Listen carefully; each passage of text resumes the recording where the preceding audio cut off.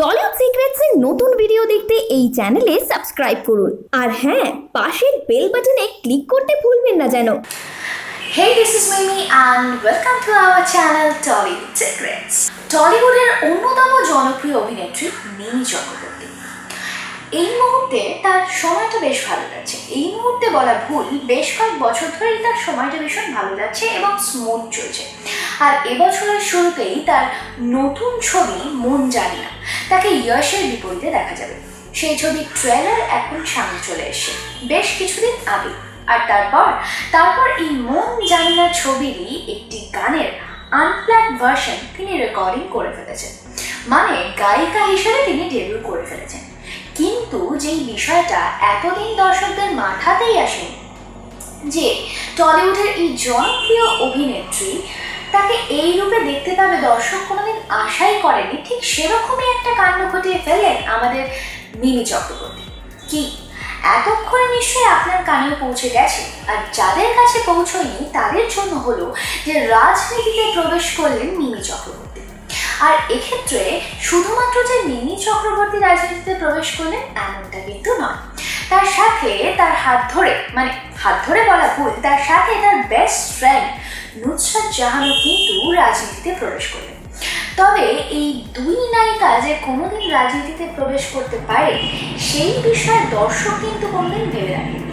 হুট করেই তারা রাজনীতিতে প্রবেশ করে ফেলেন।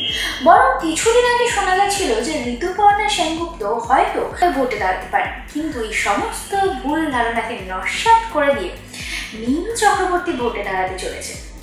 হ্যাঁ, ঠিকই শুনেছেন, আপনাদের পছন্দের মিমি যেমন গায়িকা হিসেবে ডেবিউ করেই ফেলেছে, আর এবারে লোকসভা ভোটে যাদবপুর কেন্দ্রের তরফ থেকে দাঁড়াচ্ছেন মিমি চক্রবর্তী এবং বসিরহাট কেন্দ্র থেকে দাঁড়াচ্ছেন মিমি চক্রবর্তীর বেস্ট ফ্রেন্ড নুসরাত জাহান। তবে এই খবর সামনে আসা মাত্রই ট্রলারদের কাজ ট্রল করা, নানা রকম মিম বানানো এবং তার কাজ শুরু হয়ে গেছে। মিমি এবং নুসরাত ভোটে দাঁড়ানোর পর থেকেই অনেকেই সোশ্যাল মিডিয়ায় এরকম মন্তব্য করতে শুরু করেছেন যে আরও দুটো ক্যারিয়ার নাকি নষ্ট হয়ে গেল। কি আপনাদেরও কি তাই মনে হচ্ছে যে এই অভিনেতা এবং অভিনেত্রীরা তাদের পেশা ছেড়ে যে রাজনীতিতে প্রবেশ করছে সেক্ষেত্রে তাদের কেরিয়ার কি কোনোভাবে হ্যাম্পার করছে? আপনাদের কি মতামত এই নিয়ে? তবে আমার দিক থেকে যদি বলতে হয় তাহলে আমার একটা মতামত আছে। ভবিষ্যতে ভূত সিনেমাটা বন্ধ করে দেওয়া হয়েছিল ওপর মহল থেকে।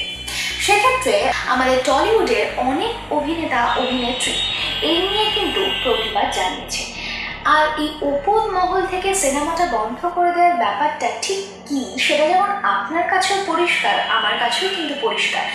বেশ কয়েকজন অভিনেতা অভিনেত্রীদের কিন্তু এই ভবিষ্যতের ভূত বন্ধ হয়ে যাওয়ার জন্য প্রতিবাদ করতে তো দেখা যায়নি এবং তাদের মন্তব্যেরও কিন্তু কোনো নাম নেই।